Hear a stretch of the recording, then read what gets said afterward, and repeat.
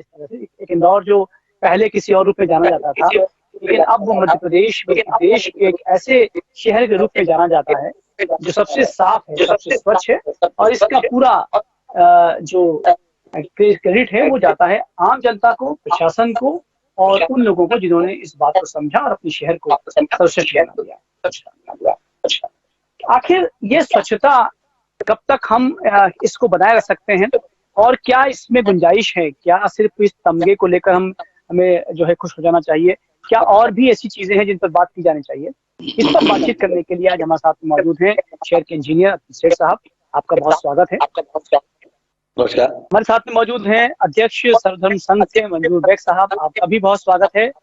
और हमारे साथ में मौजूद है संतोष जी गौतम, जो कांग्रेस के प्रवक्ता हैं। संतोष जी, आपका भी बहुत स्वागत है। पहले शुरुआत करूंगा मैं अतुल जी आपसे। अतुल जी, शहर जो है वो, क्योंकि आप लंबे समय से शहर को देख रहे हैं, बतौर इंजीनियर ने भी आपने शहर को देखा है, और शहर लगातार उत्तरोत्तर उन्नति कर रहा है, लेकिन स्वच्छता में जिस तरह से लगातार छठी बार इस शहर ने पूरे देश में प्रथम स्थान प्राप्त किया है, आपको लगता है कि ये बड़ी उपलब्धि है, और इस उपलब्धि के बाद में भी अभी कुछ आवश्यकताएं हैं जिन पर बात की जानी चाहिए? बिल्कुल सही कहा आपने भैया कि इंदौर शहर के लिए बहुत गौरव की बात है, संतोष की बात है कि हमने छठी बार देश में सर्वोच्च स्थान प्राप्त किया स्वच्छता के अंदर। और इसके लिए निश्चित तौर से यहाँ के प्रशासनिक जो अमला रहा, उनका जो जुनून रहा, उसके साथ साथ में इंदौर के सफाई कर्मियों का, इंदौर की आम जनता का, आम दुकानदार का, खास करके ये जो खुमचे वाले है, रेहड़ी पटरी वाले है, इनका भी बहुत बड़ा योगदान है कि इन्होंने अपनी मूलभूत आदतों को सुधार किया। तो वास्तव में देखा जाए तो इंदौर के समस्त लोग बधाई के हकदार है, और इसका बड़ा श्रेय इंदौर की सारी जनता को जाता है, प्रशासन को जाता है, जिन्होंने कठोरता से इसकी शुरुआत करी। और आज मुझे लगता है कि इंदौर की आम जनता की आदत बन गई है, तो हम कहीं भी गंदगी पसंद नहीं करते हैं। तो मुझे लगता है कि आने वाले समय में ये जो आदत है, ये समय समय पे पुरस्कृत होती रहे। इस पे छोटी उम्र से ही, बचपन में अगर ध्यान हम देते रहेंगे स्कूल लेवल से, तो आने वाले समय में और लंबे समय तक इंदौर जो है अपना स्वच्छता का जो परचम है देश में और दुनिया में लहराता रहेगा, ऐसा कोई मुझे शंका नहीं है।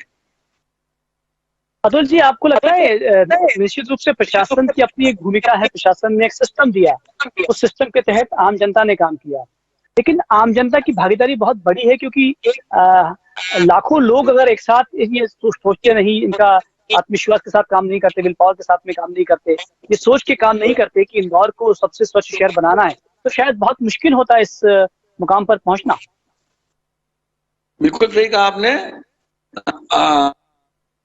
पंकज जी। मैं आपके माध्यम से कहना चाहूंगा, या मेरे जो विचार है कि हिंदुस्तान के अंदर आम जनता जो है बहुत सामाजिक है, और आम जनता को अगर बोध हो जाए तो वो बड़े से बड़े काम को भी बहुत सरलता से कर लेती है। मैं बहुत सामान्य भाषा में कहूँ तो हिंदुस्तान के अंदर दूध खूब उपलब्ध है, केवल जमावट बोलते हम जमावन जो है उसकी आवश्यकता रहती है, और प्रशासन ने जमावन का काम करा। इंदौर की जनता का जो दूध था उसने नहीं के रूप में प्रतिफल दिया इस देश को, और आगे भी देता रहेगा। बहुत अच्छी बात है। मंजूर बेग साहब, क्या लगता है आपको इस उपलब्धि को बनाए रखने के लिए किन चीजों की आवश्यकता है? आम जनता तो अपना काम कर ही रही है, लेकिन लगातार छठी बार किसी स्थान पर बने रहना अपने आप में एक इतिहास बनाता है। सिक्सर लगा दिया इंदौर ने। समय पहला मैं माँ अहिल्या के नगर वासियों को, व्यापारियों को, यहाँ की जनता को, लाखों लाख जनता जिसी ने पूरी ताकत के साथ जब से सफाई अभियान चला इंदौर, और नंबर 1 से ही आज 6 हुआ, 7 भी लगेगा, लेकिन इसका श्रेय जाता है इंदौर की जनता, व्यापारी को, छोटे छोटे दुकानदारों को, क्योंकि दुकानदार जो नियम बने, जो शासन प्रशासन ने नियम दिए, उसके साथ सफाई कर्मचारी पूरी ईमानदारी के साथ जो कार्य कर रहे हैं, तो आज पूरे देश में नहीं, पूरे विदेश में नहीं, विश्व में अंदर इंदौर का नाम रोशन हुआ है। ये इंदौर की जनता बधाई के पात्र है, और हमेशा बधाई के पात्र रहेगी, और आगे फिर एक चांस मिलेगा तो 7 की तैयारी भी इंदौर की जनता ने कर दी। मंजूर बेग साहब, क्या आपको लगता है कि इस उपलब्धि से खुश होकर बैठ जाने की आवश्यकता है? कुछ और भी स्वच्छता के कुछ और भी मापदंड हैं आंतरिक रूप से जिन पर हमको काम करना चाहिए? नहीं, जो भी काम है शासन और प्रशासन जो तय करेगा, नगर निगम में वरिष्ठ अधिकारी बैठ के तय करे, तय के साथ साथ मैं आपके चैनल के माध्यम से निवेदन करूंगा, क्योंकि आपका न्यूज चैनल जो है इसको बरोबर प्रशासनिक अधिकारी भी मानते हैं, क्योंकि आज जो सफाई अभियान है ये शहर के मुख्य मार्गों को तो है, लेकिन मेरा कहना जो बैक लाइन है शहर की सिटी की, उस बैक लाइन की ओर भी ध्यान देंगे तो निश्चित तौर से गंदगी कहीं भी इंदौर में नहीं मिलेगी, क्योंकि कुछ इलाके आज भी ऐसे हैं कहीं ना कहीं गंदगी पीछे बैकग्राउंड में मिलती है। लेकिन आपके चैनल के माध्यम से अधिकारियों को अवगत करूंगा, ये छोटी छोटी गली है, छोटे छोटे बैक लाइन बनी हुई है, इसमें ध्यान दे दिया तो निश्चित तौर से इंदौर को हमेशा नंबर 1 आने में कहीं भी कोई पीछे नहीं हटेगा। ये तो 6 बार है, 12-11 बार भी जाएंगे तो कोई बड़ी बात नहीं, क्योंकि इंदौर की जनता हमेशा शासन और प्रशासन को साथ देती आई है और शासन और प्रशासन भी जनता को साथ देते आए। तो मैं यही उम्मीद करूंगा इंदौर की तरफ से कि आगे भी इसी प्रकार जो अपन सहयोग कर रहे हैं ये सहयोग शासन और प्रशासन को मिलता रहे। बहुत अच्छी बात है। संतोष गौतम जी, निश्चित रूप से जरूरत, जैसा मंजूर बेग साहब ने कहा कि जो छोटी गलियां हैं, जो निचली बस्तियां हैं, वहां पर निश्चित रूप से उस तरह से काम किए जाने की आवश्यकता तो लगती है। आपको क्या लगता है कैसे आखिर जो भी बचा रह गया है उस पर कैसे काम किया जाना चाहिए? निश्चित रूप से पंकज जी, आज तो सबसे पहले हम सब इंदौर वासी बधाई के हकदार हैं और शुभकामनाओं के हकदार हैं कि आगे भी इंदौर की यही स्थिति बनी रहे। और मैं ये समझता हूं कि इंदौर अब शायद नंबर गेम से बाहर हो चुका है, इसको आइकॉन सिटी घोषित कर देना चाहिए और नंबरिंग बाकी शहरों के बीच में होना चाहिए, क्योंकि इंदौर ने तो अब ऐसा प्रतिमान स्थापित कर दिया है जो अन्य शहरों के लिए एक आदर्श बन गया है। हमने देखा कि पहले भी नोएडा जैसे शहरों के अधिकारी भी यहाँ आए और यहाँ की स्वच्छता का अवलोकन करके गए कि हमारे वहाँ कैसे लागू करना है, और मुझे ये जानकारी है कि वहां भी इस तरीके की व्यवस्थाएं शुरू हो चुकी है नोएडा में भी। तो मैं ये कहना चाहता हूं कि इंदौर ने आज जो उपलब्धि हासिल की है उसके लिए सभी इंदौर वासी बहुत बहुत बधाई के हकदार हैं और बहुत बहुत धन्यवाद अधिकारियों के साथ मैं उन सफाई कर्मी भाई बहनों को देना चाहूंगा जिन्होंने रात दिन अपने जज्बे से इस शहर का नाम गौरवान्वित किया है।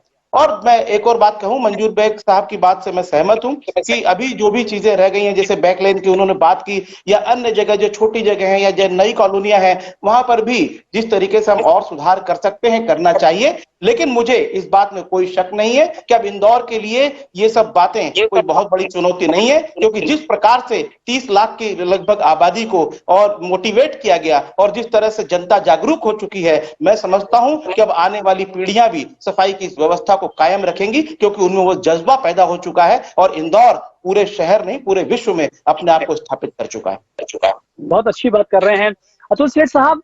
क्या आपको लगता है कि इंदौर में बहुत सारे कारण हैं कि हम लगातार स्वच्छता में नंबर 1 आ रहे हैं, लेकिन क्या आपको लगता है कि मेट्रोस की तुलना में इंदौर शहर की भौगोलिक परिस्थितियां ज्यादा अनुकूल हैं?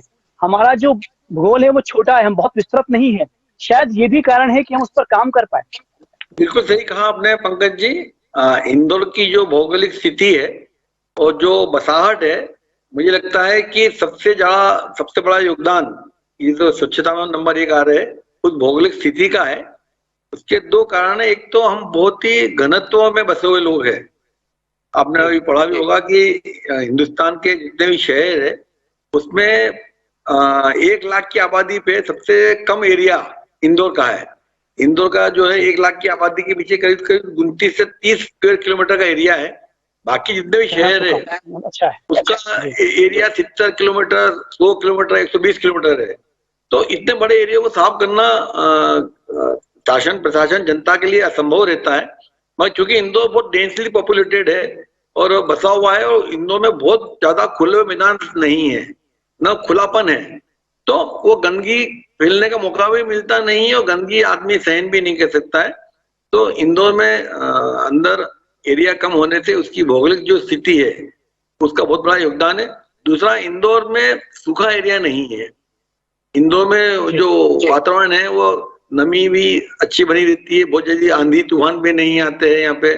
तो गंदगी फैलने का जो मामला रहता है, एक सूखे वातावरण में गंदगी या धूल काफी दिखती है। और अब तो घना बसा होने के कारण हम बोलते हैं कि वॉल टू वॉल रोड बन गई सब जगह। छोटी छोटी कॉलोनियों में भी जहाँ पहले 10 फीट की रोड और 10-10 फीट खुला होता था, वहाँ 15-20 फीट की रोड और 5-5 फीट के फुटपाथ सब जगह बन गए। तो प्रशासन ने भी काम करा, भूगोल ने भी अपना काम करा, इसकी जो भौगोलिक स्थिति उसने भी काम करा, और विकास जो दिख रहा हमको आज उसने भी अपना एक रोल किया। इसमें जरूर ये हुआ है कि पानी का लेवल बहुत तेजी से हमारा नीचे हुआ है, इस पर हमको ध्यान देना पड़ेगा। दूसरा वो तकनीकी पहलू है, इस पे कभी और बात करेंगे। मगर आज तो उत्सव का मौसम है, इंदौर ने जो अचीव करा है उसको हम सब सेलिब्रेट करें। और जैसा संतोष जी ने कहा कि अब इंदौर तो आइकॉन हो गया है, इंदौर को आइकॉन सिटी स्वच्छता में घोषित होना चाहिए। और अब प्रतियोगिता के बाहर होते हुए अन्य शहरों की प्रतियोगिता हो, इंदौर को अपने आप को इस स्तर से इससे और ऊंचा ले जाएगा। अभी हमने सुना भी है कि इंदौर में अब जो दोने मिलते थे वो खत्म हो जाएंगे, प्लास्टिक के दोने, अभी प्लेट के अंदर खाना मिलेगा।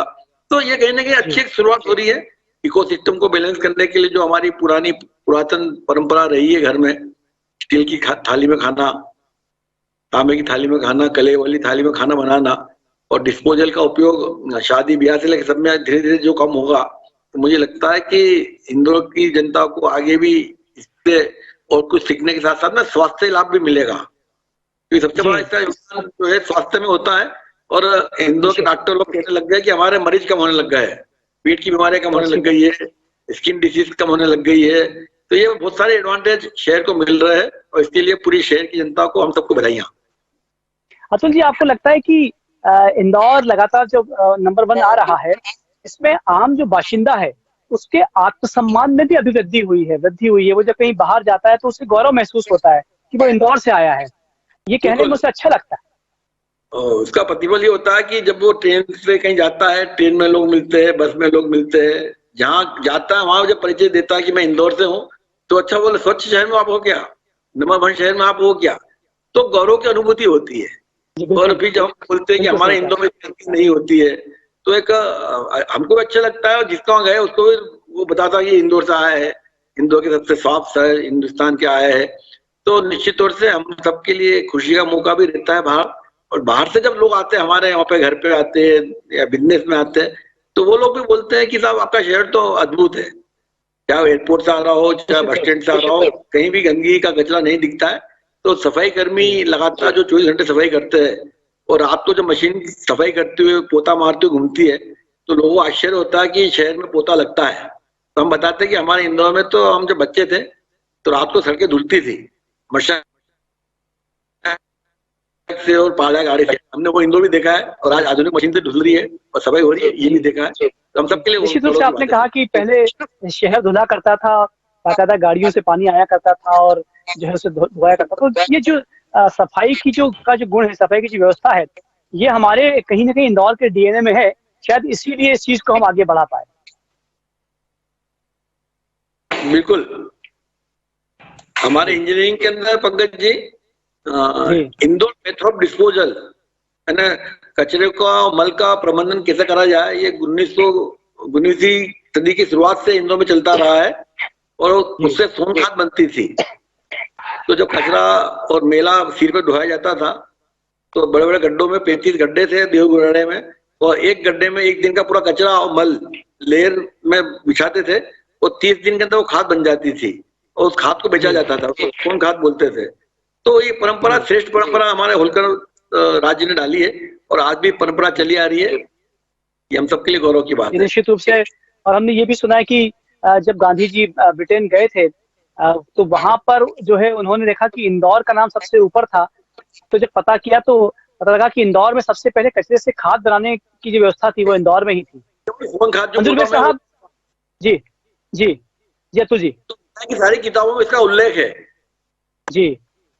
इंदौर मेथड ऑफ डिस्पोजल के नाम से कचरा प्रबंधन में इसका उल्लेख है। क्या बात है मंजूर बेग साहब, आपने जो बात कही है निश्चित रूप से उस पर भी गौर किया जाना चाहिए कि जो जहां पर हम नहीं पहुंच पाए हैं, शहर की छोटी जगहों पर हैं, जहां कुछ ऐसे कॉर्नर्स हैं, कुछ ऐसी गलियां हैं, कुछ ऐसे मोहल्ले हैं जहां पर अभी जो है उस तरह से सफाई व्यवस्था नहीं दिखती जैसे कि आम सड़कों पर दिखती है।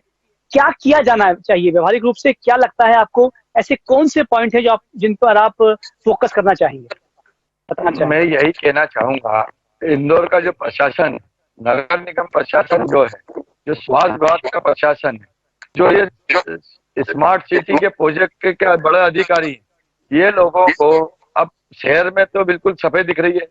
इंदौर की जनता बधाई के पात्र हो गई है, उत्सव मन रहा, आज शाम को भी बनेगा। तो मेरा ये कहना है, जो छोटी छोटी गली है, जैसे राजवाड़ा के आसपास चले जाओ, आप पलासिया के इधर पीछे चले जाओ, एमजी रोड के आसपास चले जाओ, जवाहर मार्ग चले जाओ, राज मोहल्ला चले जाओ, बड़ा गणपति के आसपास, और जो नई नई कॉलोनी बन रही है, इन कॉलोनियों में कभी अपन पहुंच गए तो निश्चित तौर पे इंदौर का, जो हमारे गौतम जी ने कहा, प्रवक्ता जी, तो निश्चित तौर से वही होगा, पूरे विश्व में इंदौर का नाम होगा। इस जगह देखना बहुत अति आवश्यकता है, क्योंकि आज देख लेंगे तो आगे अपन मेन सड़कें जो हैं उनकी ओर तो बहुत अच्छी तरह से पहुंच गए, इंदौर की जनता ने साथ दिया है।